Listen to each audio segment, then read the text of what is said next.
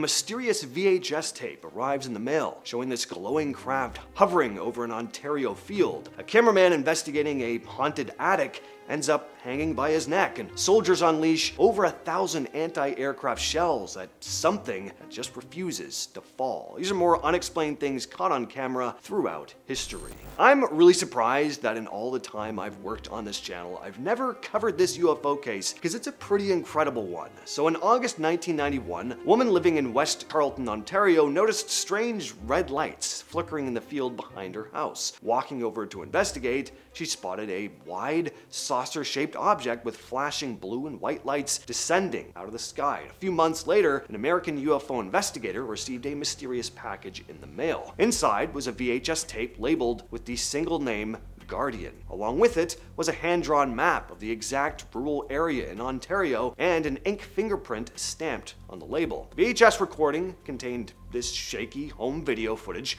taken in the middle of the night. The camera operator creeps through the tall grass toward this cluster of brightly burning red flares scattered across the ground, and hovering just above the tree line is a large metallic disc-like craft. The camera zooms in, bright blue and green lights illuminate the underside. When video technicians examined the tape, they didn't find any obvious signs of trickery. Faking a physical object of that size, lighting up an entire open field at night, would have required massive generators and heavy equipment that left zero physical trace on the ground. And to this day, we still don't know exactly what was caught on camera that night, but it's pretty amazing footage. In August 1989, a young mother named Jackie Hernandez moved into a small house in San Pedro, California, and immediately started experiencing some strange activity. Objects would fly across rooms, a strange reddish fluid oozed from the walls, and one time, a disembodied head appeared inside the dark attic crawl space. Yeah,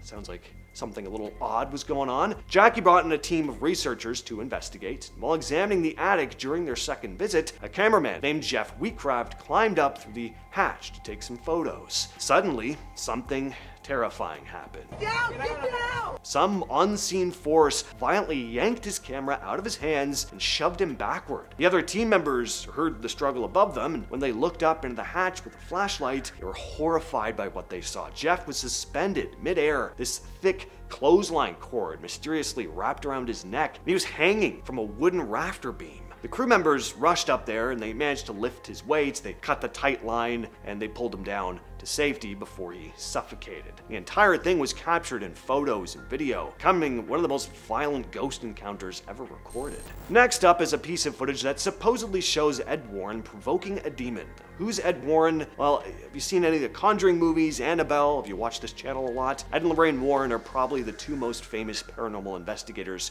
who ever lived. Over the course of their careers, they carried out several prominent investigations and gathered quite a collection of supposedly haunted and cursed items. Anyway, according to the Warren family, this tape sat in the Warren Occult Museum for years. It wasn't made public until 2020. It was uploaded to the official Ed and Lorraine Warren YouTube channel. In the tape, Ed Warren stands off camera somewhere challenging what he believes is a demon. As Ed asks the entity to give some kind of sign, a chair appears to move slightly. A little later, the entire table slides by a pretty noticeable amount. Now, would something like this be difficult to fake? Not really, but it's still an interesting clip. I think a lot of what makes it creepy is the context. The Warrens are some of the most well-known paranormal investigators ever, and most people have at least heard stories about their investigations. So, seeing what they claimed was real footage from one of those cases, it's kind of fascinating. And let's take a look at another video from Ed Warren, supposedly of an entity known as the White Lady who haunts the Union Graveyard in Connecticut. Just like the previous clip, this footage wasn't available to the public for years. Instead, the Warrens would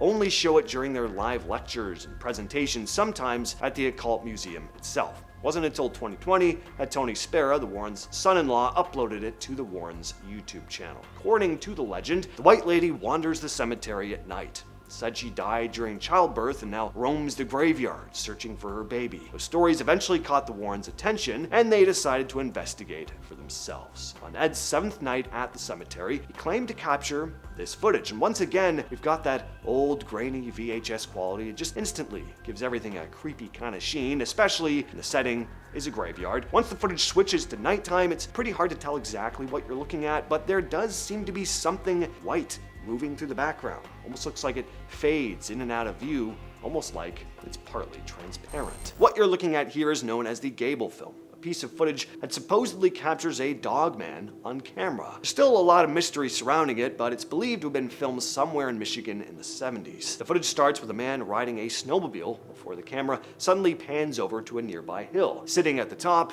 is a dark, hairy-looking figure. A moment later, it gets up and starts charging straight toward the camera. The story of the Michigan Dogman goes back much further than this footage, though. The first well-known sighting was reported all the way back in 1887, when a group of lumberjacks in Wexford County reported coming across a huge creature with the body of a man and the head of a dog. They said it walked upright on two legs and had glowing eyes, sharp teeth, and long claws. Since then, reports have continued to come out of Michigan, especially from the northern part of the state. People have claimed to see the creature wandering through remote forests, including around the Manistee National Forest. Most descriptions are pretty similar. They describe something around 7 feet tall, covered in thick fur, with a humanoid body and the head of a dog. Just months after the attack on Pearl Harbor, the entire West Coast was on high alert, waiting for another strike. In the early morning hours of February 25th, 1942, military radar picked up an unknown target hovering right off the coast of Los Angeles. Air raid sirens began wailing across the city. Coast artillery crews flipped on giant searchlights, locking their beams on this large object high up in the sky. For over an hour, they fired at it. Shrapnel rained down on neighborhoods, damaging homes and crushing vehicles. The target up above didn't drop. A photographer standing on a nearby rooftop snapped a photo during all the chaos. His picture captures nearly a dozen searchlight beams crossing together, pointing at something hovering in the air. When the firing finally stopped, the shape drifted out toward the ocean and disappeared, leaving behind dozens of broken buildings, 5 dead civilians from heart attacks and car crashes during the blackout, and of course, this now famous picture of the mysterious object that took thousands of direct hits without falling out of the sky. In late 1964, a man named Robert Laserick was out on a boat trip with his family and a friend around Stonehaven Bay in Queensland, Australia. They were floating near Hook Island when Laserick's wife noticed a massive dark shape lying motionless in the clear, shallow water beneath them. It was resting on the sandy floor, completely submerged in about 10 feet of water. Laserick grabbed his camera and started taking pictures from the deck. Photographs showed this enormous tadpole-looking creature that was estimated to be roughly 75 feet long. He noticed the creature seemed to have a deep cut on its side. Curious to see if it was still alive, Laserick and his friend put on diving gear and they swam into the water to get a closer look. As soon as they got near its tail, the creature suddenly opened its wide mouth and turned to them. The men scrambled back into the boat. By the time they looked back over the side, the huge creature had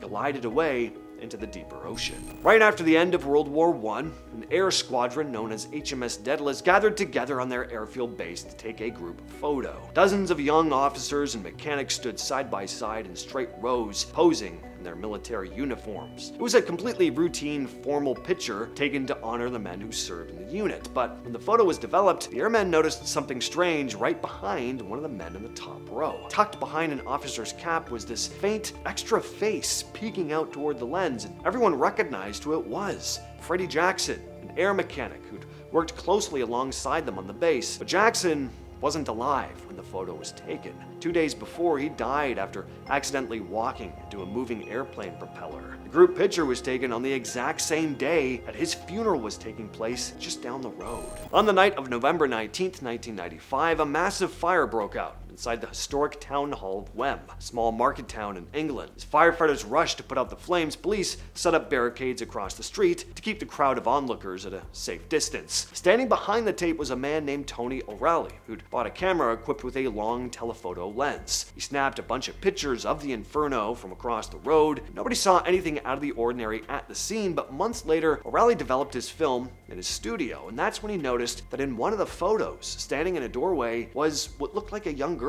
She was wearing vintage clothing and stood perfectly still, looking straight out toward the camera. The image was soon showing up in newspapers, and people started to connect the picture to an incident in 1677, when a young girl named Jane Sherm accidentally dropped a candle, setting off a massive fire that burned down most of the town. The girl in the photo from 1995, she looked a lot like her. The picture quickly spread around the world as one of the clearest apparitions ever caught on film. And that's been the video. I'll catch you, yes, you specifically, in the next one.